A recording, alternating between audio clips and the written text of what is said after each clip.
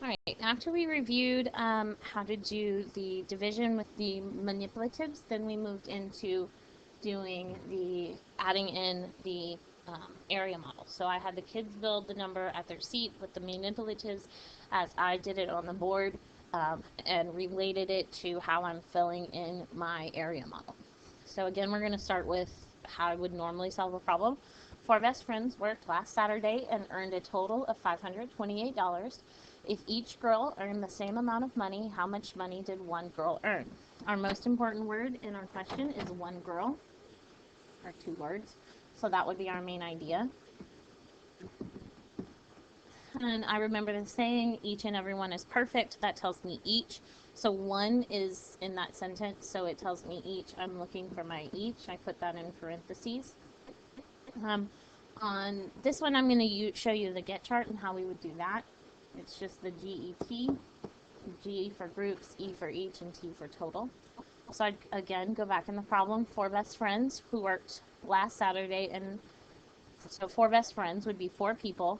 People would be groups, so I would put my four in my groups, and earned a total of $528. So 528 is my total.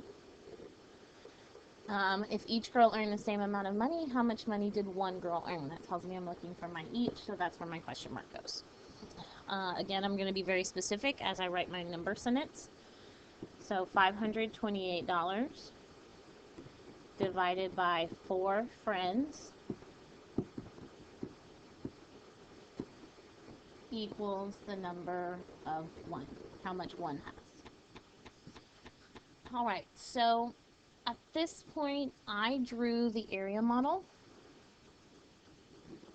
and the students at their seat drew four groups. So I'm just going to divide this section into four. One, two. And I'll move the manipulatives as the kids would have done it during my lesson. So with an area model and division, we always put the total at the bottom because this entire bar is standing for 528. So I would use the bracket to show that that whole area model is equal to 528. What we are dividing by, our divisor is on the side here, 4. That will relate to when we did partial products and multiplied the side times the top. So I started with telling them, let's see, there's 3 digits in my number, 5, 2, and 8. So there would be 3 sections in my area model. One for the hundreds, one for the tens, and one for the ones. The number of digits in our dividend determines how many sections there are in our area model.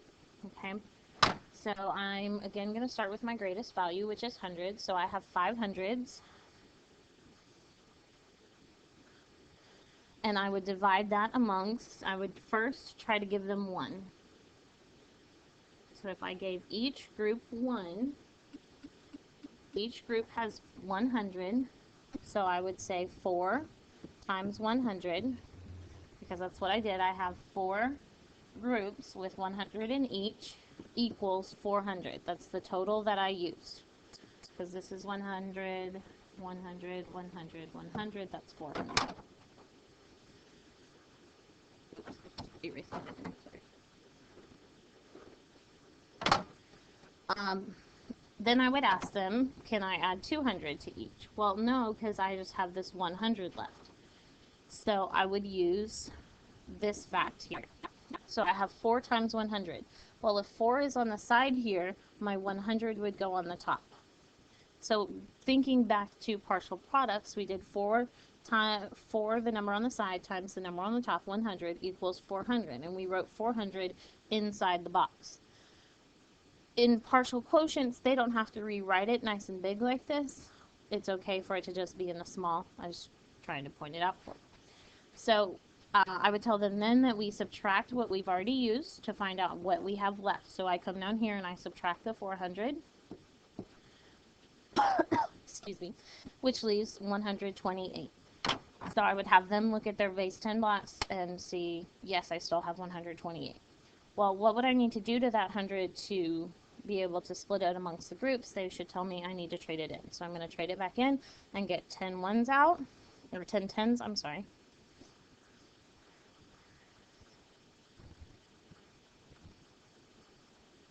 And then I would need 2 for the original 28. So I should have a total of 12 tens. And they would split, I would tell them first, give each group 1. So they gave each group 1 10. These 10s are kind of hard to grab. Okay, so then I would talk to them about, for you. I did 4 groups times 10 in each group. And so the total that we used was 40. And we still have enough. So we're going to do another group. Oops, it's not on the ground. My hand. Sorry. So I'm going to move another one over so that I have 20 in each group. And we talk about now, if we have 4 times 20, how much is that? Well, they would multiply the 4 times the 2 to get 8. Bring the 0 over for 8. Well, I still have more, so I'm going to try putting 3 in each group. Oops.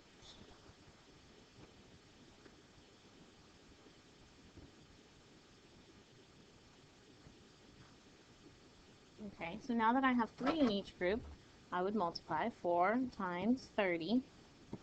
4 times 3 is 12, and add on my 0 is 120. When I have the base 10 blocks, it's very obvious I have no more to tens to distribute. So I know I'm done, and I'm going to use that fact. So my 4 is still over here, so my 30 goes on top. And I'm going to subtract out my area, which is 120, to find that I have 8 ones left. So let me pull out my 8 ones.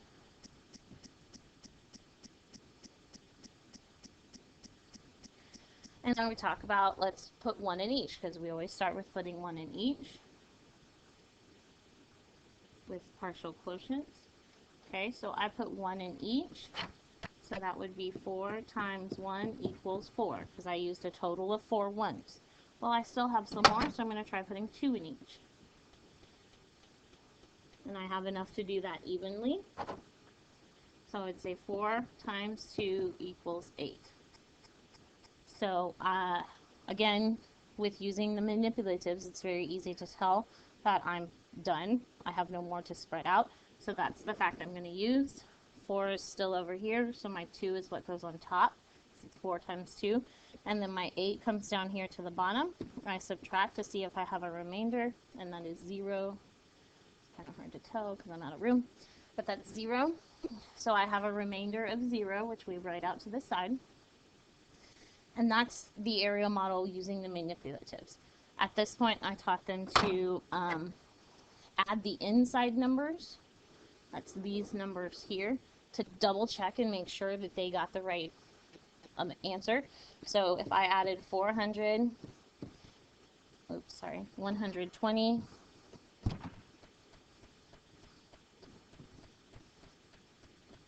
and then I have the 0 there for a remainder, I should get what I started with, 528, and I did.